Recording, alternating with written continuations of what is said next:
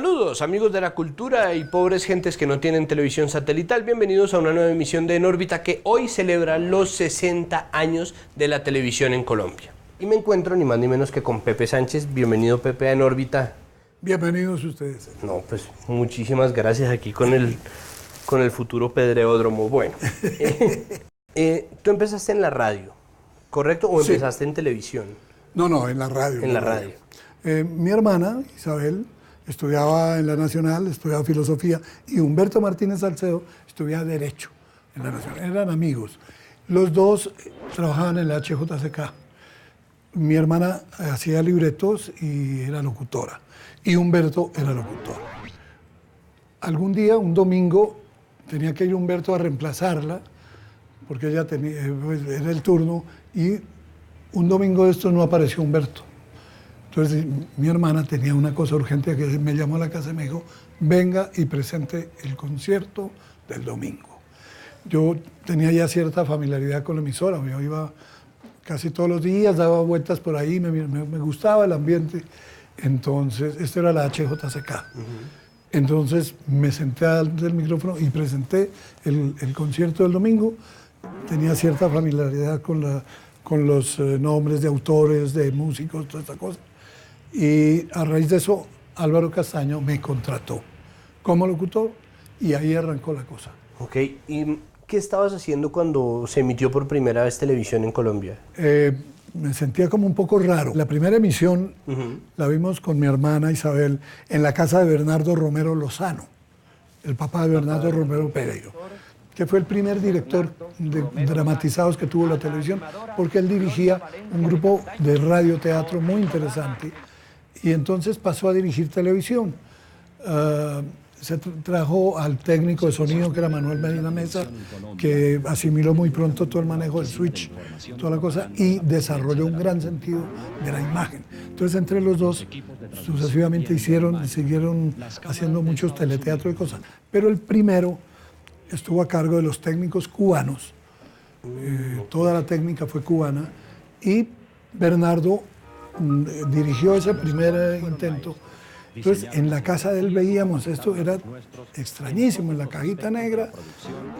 Uno no se imaginaba, se había oído hablar de la televisión, pero están ahí. Y entonces pasó eso, y como a la media hora estaban tomando aguardiente con nosotros ahí en la casa. Entonces, ustedes que estaban ahí, era una sensación muy rara. Pero en ese momento yo ni soñaba en asomarme por ahí. Yo estaba de locutor, creo que ya había pasado a la Radio Nacional. Y estando en la Radio Nacional fue que me pasaron a televisión como locutor, lector de noticias, y había con frecuencia se pasaban documentales, entonces yo narraba los documentales. El general Rojas Pinilla iba a saludar a una tía, entonces el saludo de la tía de Rojas Pinilla.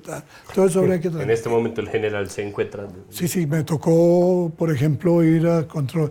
Los controles remotos eran un despliegue de tecnología, una cosa tremenda, complicadísima. Aparatosísimo.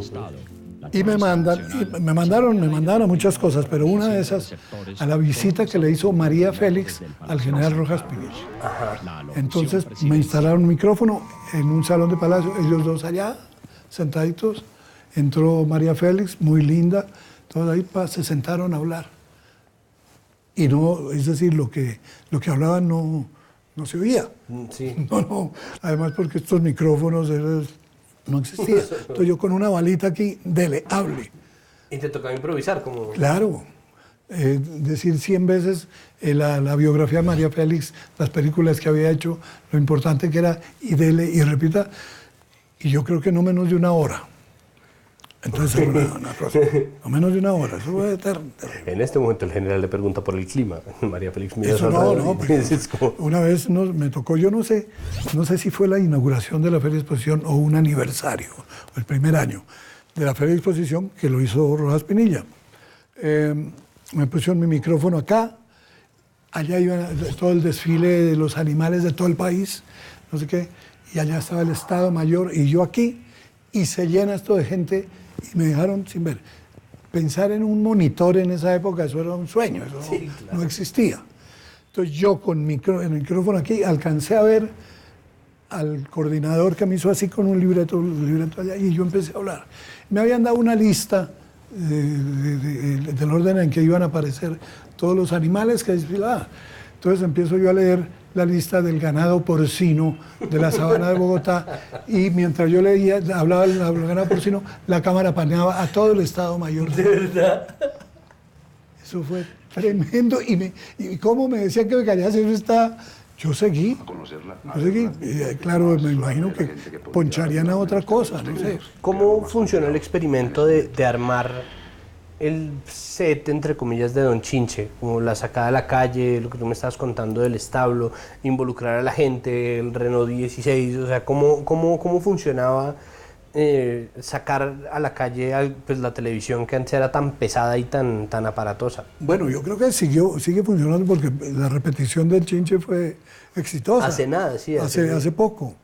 Sí, el estudio aprisiona un poco, no tanto ahora, que se hacen estudios y hacen cosas que parecen más de verdad. En ese momento el trabajo de escenografía eso era un poco precario.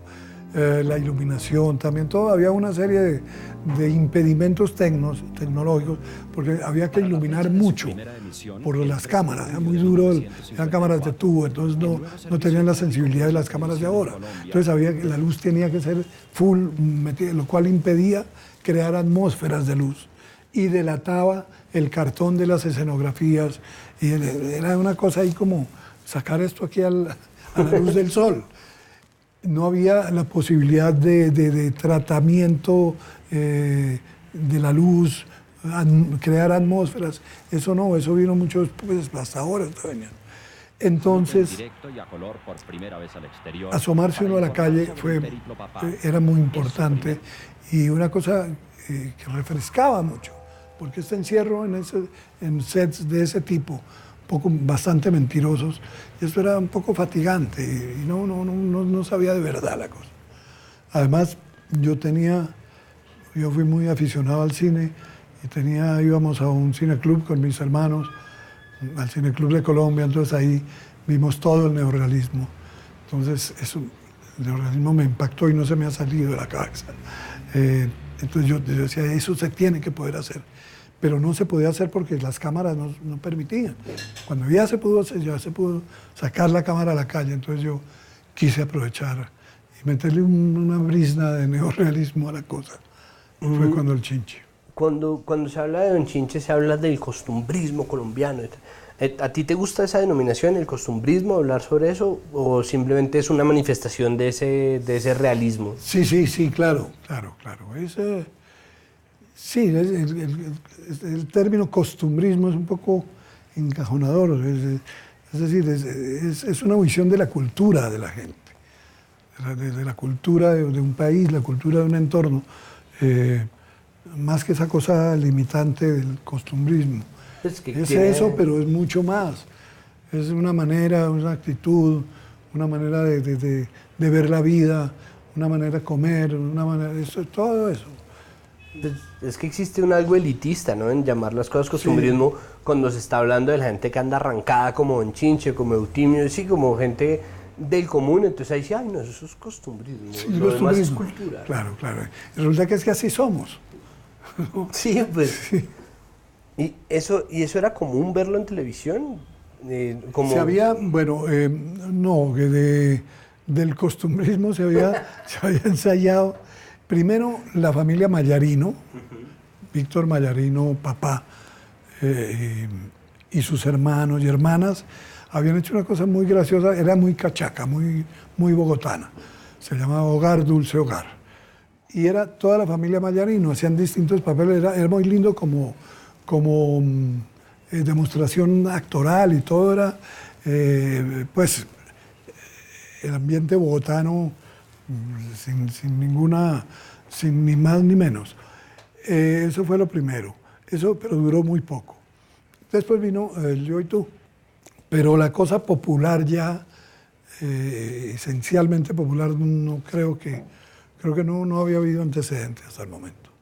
Bueno, vamos a hacer una pausa porque este es un programa que invita a la gente a apagar su televisor. De manera que en cuanto acabe esta entrevista, usted le pone off, el botón rojo del control, y sale a aprovechar los planes que le proponemos en la agenda en órbita. Se estrena la película Ilo Ilo, ambientada en Singapur, una crónica de las relaciones familiares entre la familia Lim y su nueva criada, Teresa, que como otras mujeres filipinas va a la ciudad en busca de una vida mejor. Este 20 de junio en la sala Cineplex. La corporación escénica La Guagua presenta Cuento contado con café y tostado, un proyecto dedicado al fortalecimiento y difusión de la narración oral y la cuentería, donde la palabra en el aroma del viento proviene de cuenteros a nivel regional y nacional, propiciando un ambiente agradable para degustar la calidez de las historias acompañadas de un delicioso café tradicional y una tostada. El próximo sábado 20 de junio a las 7:30 de la noche es la cita. ¿Tienes algún tipo de fórmula para el humor? Es decir, ¿tú tienes algún punto de partida al menos? ¿O sientes que es una cosa más de empatía? Como... Sí, yo creo que el punto de partida lo tengo en mi papá, que era un tipo de mucha chispa, un tipo de mucha bonomía, muy desprevenido en la vida, muy amigo de la gente. Y ya entonces se convierte en una manera de ver la vida, ¿no? El Chinche hubiera podido ser una tragedia, es decir, todos desempleados, mendigando allá a ver el almuercito, el pobre doctor Pardito que le dan de comer, eso era es decir, pero visto desde otra óptica, pues podía resultar gracioso. Y además es que en este país ya no tenemos más remedio que nos da risa. Es tanta la miseria que nos tiene que dar risa porque si no nos morimos todos. Bueno, por último, ¿será posible con la televisión como funciona ahora hacer algo innovador? ¿Sería posible tener algo parecido siquiera al Chincha, Romeo y Buceta? Sí, es posible, pero no en los canales comerciales. Es posible en Señal Colombia, es posible en el canal en Capital, es posible. Y ahí yo creo que está el futuro y la posibilidad de innovación en la televisión está en estos canales estatales, digamos, ¿no? Porque yo creo que es una obligación de Estado mantener esas posibilidades abiertas siempre. Bueno, perfecto. Pepe, muchísimas gracias por esta entrevista. Bueno, a ustedes muchas gracias. Bueno, vamos a hacer una despedida en español neutro. Para ustedes, señores televidentes, dejamos la recomendación de entrar al portal de internet www.enorbita.tv